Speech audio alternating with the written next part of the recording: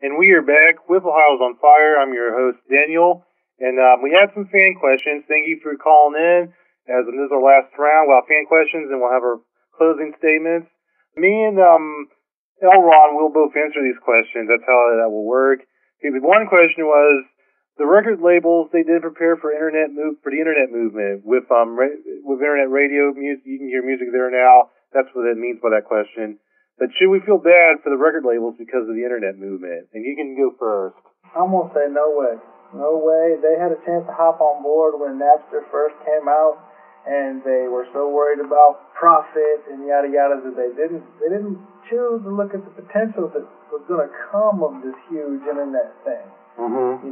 Napster came out far after the initial prodigy, internet attempts, which were, feeble at best, but it was a growing thing, a growing beast, slowly being nurtured behind closed doors in server rooms, Mm-hmm. And they were so worried about the profits and this and that. They failed to see the future of this thing. Yeah. And that's a risk you take. Business is a risky venture.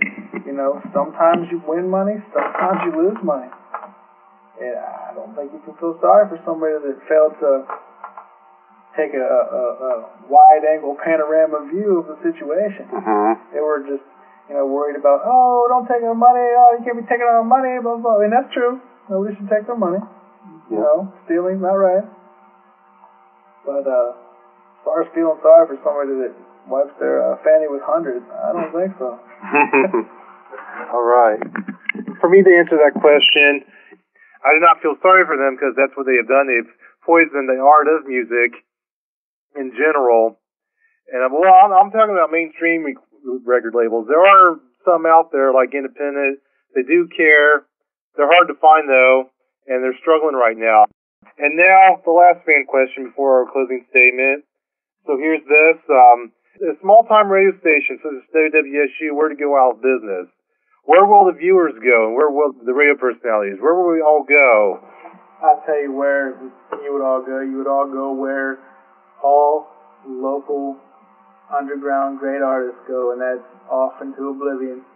Oblivion. And that's wow. And that's why I'm so ready to see this industry turned onto its head, because you just ask the question of what happens to those artists that don't get discovered because they don't have huge record label money. Mm-hmm. The artists that we all know and love that are signed to these huge labels, they've got so much money behind them. They are on posters in every CD store. They're on the radio. They're, you see them at bus stations on billboards. You hear them, in movies. And local guys who are just beautiful musicians at times and really have something to say, to contribute to the art scene, to the community in general, or just to a philosophical mindset. We don't know them. Mm-hmm. We don't know them, and that's what would happen. That's what would happen to those radio DJs that are giving us the variety, and that is exactly what those labels want. They want it to be, they want to get it down to uniform, monochromatic, so they don't ever have to think, and so everything's just like it was last time, and there's never a shift in the budget, and there's never a loss. It's all just profit, profit, profit, which is why, every song sounds like the last one almost nowadays. Yeah. Within its genre, that is. But, they'd be gone. Off into oblivion. Just like all those artists that we're never going to hear, that we're never going to know, that we're never going to feel. If you, are into art like I am, you really feel this stuff, and some of it moves you, And you don't get that listening to the radio too often.